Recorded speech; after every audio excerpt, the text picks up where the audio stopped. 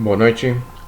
Hoje começamos com o tema Jornada de Trabalho, nossas videoaulas, que, por óbvio, é algo muito importante na prática trabalhista.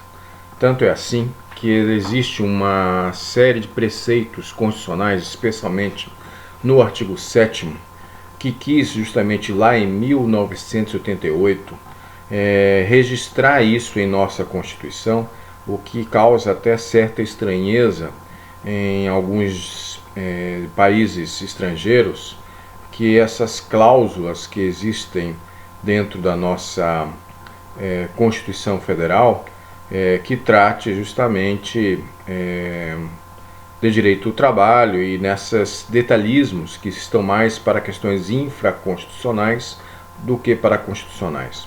Mas talvez a ideia foi justamente a gente ter essas questões de direito do trabalho e de jornada de trabalho, especificamente a nível constitucional, como se a gente tivesse, entre aspas, umas cláusulas pétreas trabalhistas, algo que torne difícil, mas não impossível, de ser alterada.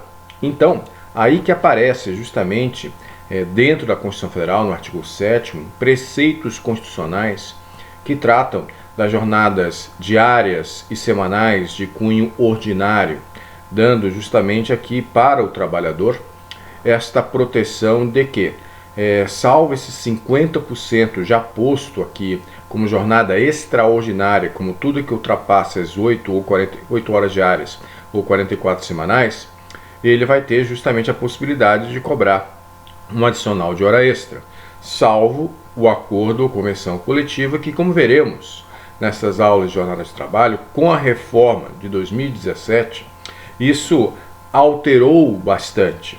Existe uma nova visão legal sobre a jornada de trabalho após a reforma trabalhista de 2017, porém, que não poderia simplesmente retirar isso da nossa acervo normativo sobre jornada de trabalho, justamente porque eu tenho essa hipótese a nível constitucional que está no artigo 7º em vários quesitos que nós passamos a analisar de forma infraconstitucional essas questões. Para tanto, é necessário que a gente trabalhe com a questão terminológica. Nós adotamos justamente aqui a palavra jornada de trabalho, como alguns outros países também, França, Itália, Espanha, por exemplo, mudando justamente a questão do seu vernáculo de cada país, a jornada, a journée, a jornada em espanhol, mas todas elas querem justamente dar uma espécie de unidade de medida para eu ter a possibilidade de cobrar um adicional noturno, um adicional de hora extra e assim por diante. Então, a jornada de trabalho, ela quer limitar essa jornada, esse número de horas trabalhadas em um dia, porque eu posso ter justamente uma duração do trabalho semanal, mensal, anual, como nós veremos principalmente ao tratar dos períodos de repouso na jornada. Digo, o intervalo intra-jornada, o intervalo entre jornada, o repouso semanal remunerado, as férias. Todas essas hipóteses de direitos trabalhistas relacionados intimamente à questão da jornada de trabalho, ele necessita de quê? De uma unidade para eu ter a medida da jornada e dos seus repousos, por exemplo. Então, nesse sentido, a gente tem que trabalhar também com a questão do horário de trabalho com 3 critérios diferentes entre si, que é o tempo efetivamente trabalhado por este funcionário. Algo que nós vimos ao tratar do contrato por trabalho intermitente, nós vimos que, por exemplo, eu tenho um contrato, um vínculo empregatício estabelecido entre as partes, porém, o trabalhador só irá cobrar quando efetivamente trabalhar. Ou seja, ele pode ficar um ano inteiro sem trabalhar e trabalhar apenas 15 dias. E mesmo nesses 15 dias, o empregado e o empregador negociam quantas horas serão trabalhadas e quantas serão remuneradas. Este é o critério do tempo efetivamente trabalhado, a qual não é uma opção da CLT, salvo o contrato intermitente, que é oriundo da reforma trabalhista de 2017. A opção da CLT foi justamente o tempo à disposição do empregador como o critério de jornada de trabalho no Brasil. Ou seja, se for até a Univille da aula, nós temos os encontros semanais das 19 às 22h30 em 2 turmas, por exemplo, e eu estou convocado, como tenho vínculo empregatício na Univille, para nesses horários eu ministrar minhas aulas. Apareço na Univille e nesse dia vai ter uma palestra para todo o curso de Direito. Então, eu iniciei o meu trabalho, eu estou à disposição do empregador. Porém, se eu efetivamente não irei trabalhar porque existe um outro evento no mesmo horário da minha aula, eu tenho que ter a remuneração daquelas horas que eu destinei à disposição do meu empregador, mas o meu empregador optou em não usar a minha mão de obra. Isso é tempo à disposição, que também teve uma alteração muito importante com a reforma trabalhista de 2017. Da mesma forma, o tempo in itinere, que leva consigo também essa ideia de tempo à disposição, ele também foi profundamente alterado agora na reforma trabalhista de 2017. Ou seja, realmente, no que diz respeito à jornada de trabalho, a reforma trabalhista de 2017 ela alterou muito o nosso pensar em jornada de trabalho. E é isso que eu quero analisar com vocês com calma. Então, o artigo 4º da CLT, por óbvio, ele é um artigo tradicional dentro do direito do trabalho nacional.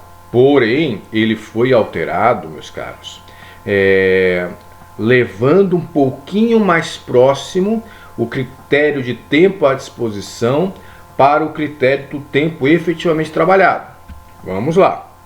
Então, é comum, ou era comum, em grandes empresas, que ao passar lá pelo controle de segurança patrimonial, ao passar o seu crachá para entrar dentro da unidade industrial, da unidade de serviço, você não iniciasse a tua jornada imediatamente. Você passa na catraca de segurança e mais a partir daí, aquele grande local de trabalho tem coisas que não são efetivamente de trabalho. Exemplo, talvez você entrasse na empresa porque dentro da empresa tinha uma caixa de autoatendimento bancário e tu ia lá pagar umas contas, tirar um dinheiro. Talvez aquela empresa disponibiliza para os seus empregados, por exemplo, uma biblioteca com acesso à internet, e aí você vai lá para estudar, para ter o acesso à internet. Algumas empresas, inclusive, colocam uma espécie de capela em suas unidades empresariais e você vai lá rezar, por exemplo. Ou seja, você entrou na empresa, mas não começou a trabalhar. Você entrou para fazer coisas pessoais e não estava à disposição do empregador. Você simplesmente chegou antes da tua jornada de trabalho e lá fez coisas pessoais dentro da empresa, o que é muito comum. Ainda mais quando você tem agora essa massificação da tecnologia, onde às vezes você chega mais cedo justamente só para fazer coisas pessoais, até acadêmicas, dentro da unidade de trabalho, utilizando a internet, por exemplo, mas você não estava efetivamente trabalhando. Você não estava à disposição do empregador. Então, nesse sentido, é que se alterou aqui a CLT no seu artigo 4º, aproximando o conceito de tempo à disposição ao tempo efetivamente trabalhado. Perfeito? Porém, você chegou na jornada de trabalho e começou o teu jornada contratual e o empregador não te deu um trabalho, te deixou esperando para começar a trabalhar, isso já contou o reloginho da jornada de trabalho.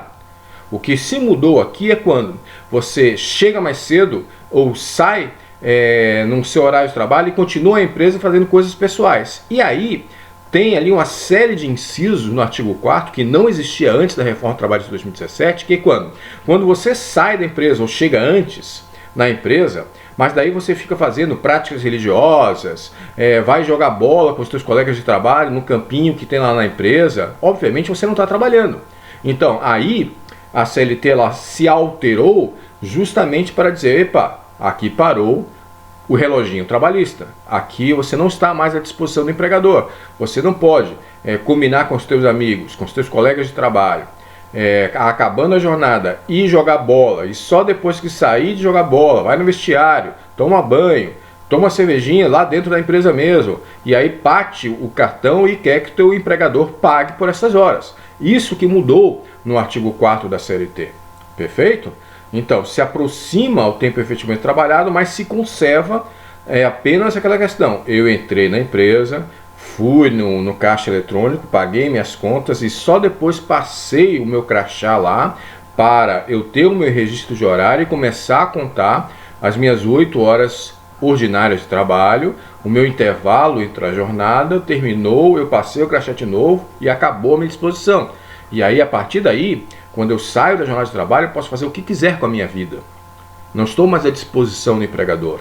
Se eu quiser, por exemplo, ir dentro da lanchonete do refeitório da empresa, comer o sanduíche depois da minha jornada, esse tempo não será considerado tempo à disposição do empregador e não vai ter que te pagar hora extra por causa disso. Esta é a ideia do novo artigo 4º da CLT. Então, resumindo, o artigo 4º da CLT, ele adota o critério de tempo à disposição do empregador como registro de jornada. Quando você efetivamente está perante as ordens do empregador para você poder contar as horas de trabalho. Esta é a ideia. Pois muito bem.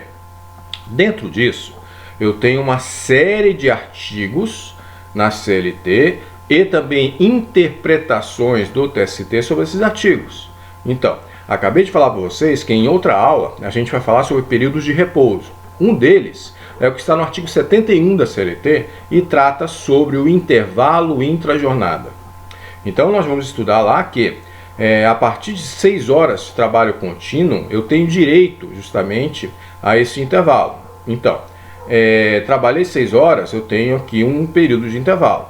Trabalhei mais de 6 horas, eu tenho outro período de trabalho. Então, trabalhei mais de 6 horas contínuas, eu tenho direito a 1 hora de intervalo de repouso e alimentação. Este é o intervalo intra-jornada. Pois muito bem.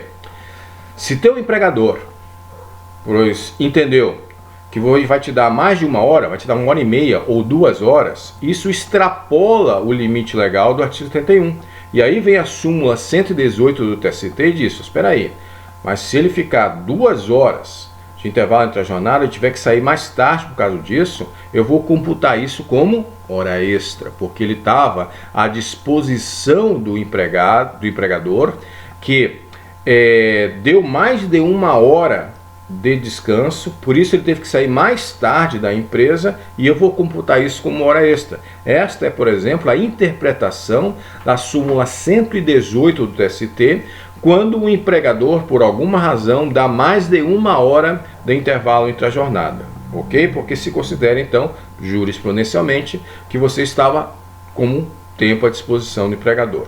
E ele não quis o teu trabalho e aumentou a tua jornada, ou aumentou o teu tempo à disposição, e por isso vai ser contado como hora extra, ok? Então, aqui no TRT da 12ª região, aqui em Santa Catarina, também se teve uma súmula regional que vai se equiparar à súmula 429 do TST. Às vezes, eu posso ter uma unidade fabril, um local de trabalho que é enorme, e efetivamente nós temos algumas empresas aqui em Joinville que o imóvel, o local de trabalho é realmente quase uma cidade. Então, entre você passar lá no controle de segurança patrimonial, nas catracas de segurança, até o teu efetivo local de trabalho, você demora lá uns 15 minutos. Chegando lá, você ainda vai ter que trocar de roupa, colocar os EPIs e tal. Então, se considerou que quando você tem uma hipótese onde que para começar a trabalhar você leva meia hora, então se entende que você já está à disposição do empregador. E aí que eu tenho algumas limitações dentro da CLT interpretadas pelo TST, de que esse ligeiro atraso ou antecipação que não superar a 10 minutos diários não vai ser contado como hora extra. Explico. Para entrar na empresa, todo mundo daquele turno chegou, por exemplo, no mesmo horário. Chegou lá às 13h30 e eu, às 13h25, estava lá. Só que até eu passar o meu crachá, tinha uma fila, eu demorei mais 5 minutos. Só para passar o crachá para entrar, porque tinha uma fila na minha frente. Para eu ir até o meu posto de trabalho, eu demorei mais 10 minutos andando. E aí, para eu colocar os EPIs, colocar o uniforme, foi mais 5 minutos. Então, demorei uns 20 minutos entre a portaria até eu começar minha jornada de trabalho. Isso, o artigo 58, parágrafo 1º, a súmula 429, a súmula 366 do TST, ele vai interpretar o quê? Olha aí, cara, é muito tempo, né? Então aqui eu acho que está tempo à disposição do empregador. Eu estou dando aqui 10 minutos de cortesia. Se o cara chegou um pouquinho antes, ou saiu um pouquinho atrasado, não vai ser hora extra, mas passou de 10 minutos, vai ser. O que alterou com a reforma trabalhista sobre essas questões? Que são muito comuns. Por acordo ou convenção coletiva, pode empregado ou empregador, por exemplo, negociar um período maior. Por quê? Porque às vezes eu tenho essas empresas em que o cidadão tem que chegar um pouquinho mais cedo e tem que fazer uma série de pequenas operações que vai levar aí mais ou menos uns 20 minutos diários. Então pode, através de uma negociação coletiva, empregado e empregador aumentar esse período que deu os artigos 58 parágrafo 1º de 10 minutos, 5 minutos antes, 5 minutos depois, de cortesia, para atrasos ou jornadas antecipadas, e só de aumentar um pouquinho para 20 minutos, por exemplo, conforme o acordo ou convenção coletiva. E isso agora foi permitido com o artigo 611 da CLT, que diz aqui dessas hipóteses de registro de jornada. E efetivamente, meus caros, eu posso ter vários tipos de registro de jornada conforme a empresa. Eu posso ter, como é comum na construção civil, um livro-ponto, aonde porque eu não tenho uma estrutura, estou justamente construindo um edifício, talvez eu não tenha estrutura para colocar um cartão mecânico ou um cartão eletrônico. Então, ainda em algumas hipóteses, em alguns setores da economia e do trabalho, se utiliza livros-pontos. O que é isso? Vai próprio trabalhador, quando ele chega lá, ele assina a hora que ele chegou, a hora que ele sai do almoço, a hora que ele volta do almoço, a hora que ele sai do horário. Isso é um livro-ponto. Eu posso ter aquela situação de trabalhadores com registro de horário mecânico. Eu tenho um cartão ponto e vou lá por pressão e coloco o horário que eu cheguei. Eu posso ter um cartão eletrônico. Eu passo lá meu crachá e fica registrado meu horário de chegada, de saída para o almoço, de volta do almoço, de saída para a jornada de trabalho. Eu posso ter aquelas hipóteses mais tecnológicas, de pegar digital para fazer essa mesma situação do cartão eletrônico, ou o globo ocular. Ou seja, o registro de jornada, ele pode ser da forma mais fácil e efetiva para empregado e empregador. E, inclusive, isso pode ser uma hipótese de negociação. Então, como isso é uma pequena burocracia, a questão do registro de jornada, e quando você tiver mais de 20 empregados, diz a CLT que isto é obrigatório você ter registro de jornada, e digo mais, até para empresas que têm menos de 20 empregados, é aconselhável ter o registro de jornada. Por quê? A partir daí você pode punir alguém por atrasos. Você pode punir alguém porque ele faltou aquele dia sem justificativa. Punir, eu digo, dar uma suspensão, uma advertência e não pagar aquele dia que ele faltou. Fica mais fácil calcular, por exemplo, questões das férias quando eu tenho registro de jornada. E é mais seguro, por exemplo, para o empregador também, né? Para o empregado, quando ele passa das 22 horas, ele sabe que ali ele já tem adicional noturno.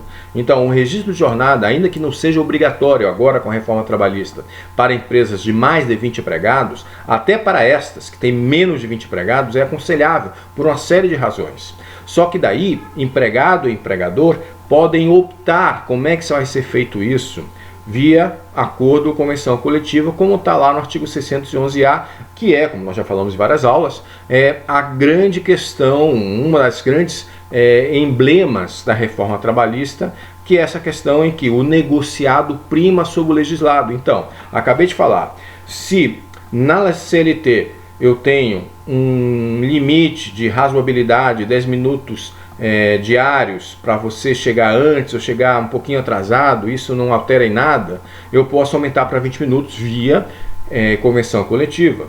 Eu posso fazer um sistema de 12 por 36, organizar isso entre empregado e empregador, para que o empregado trabalhe 12 horas, descanse 36. Posso fazer isso por convenção coletiva também? Posso.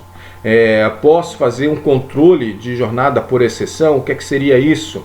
É quando eu saio dessa burocracia de registrar o que já está no contrato de trabalho, porque no contrato de trabalho eu já acertei como empregado que ele tinha que chegar às 8, parar de trabalhar ao meio-dia e retornar às 13h30 e o horário de término. Eu já tinha no meu contrato de trabalho, logo no início, já definido esse tipo de coisa, que é a jornada ordinária dele. Então, no controle por exceção, eu só vou anotar, o empregado, só vou anotar o que extrapolar essa jornada contratual, que tanto empregado e empregador já sabem de antemão. Então, existem várias formas de eu fazer isso, ok? Porém, seguindo a CLT, eu tenho que ter esse registro de jornada sempre quando tiver um número de empregados superiores a 20, fechou? E aí vem, por exemplo, uma importantíssima súmula do TST, que é a súmula 338, por exemplo, que ela diz o seguinte: olha, meu amigo, se você tem a obrigação de ter registro de jornada e vem o trabalhador com uma reclamatória trabalhista pleiteando hora extra, hora noturna, a falta do intervalo entre a jornada, isso tudo deve estar registrado no registro de jornada. Então, como o empregado não tem como trazer esse registro de jornada, ele está requerendo isso na sua peça inicial de uma reclamatória trabalhista. Então, o juiz defere esse pedido da exordial da reclamatória, e aí, uma vez deferido esse requerimento, a empresa tem a obrigação legal de trazer junto ao processo, com a sua contestação, com os seus documentos, esse registro de jornada sob pena de uma presunção legal em prol do trabalhador. Então, o registro de jornada, ainda que tenha sido muito flexibilizado, que já era de certa forma antes de 2017, agora ele tem essa hipótese de ter várias formas de acerto de registro de jornada após a reforma trabalhista de 2017, perfeito? E isso é muito importante porque a gente vai tratar em outras aulas de várias consequências justamente do registro de jornada, perfeito? Por hoje é só e voltamos sobre o tema jornada de trabalho em outra aula. Muito obrigado a todos, fiquem bem.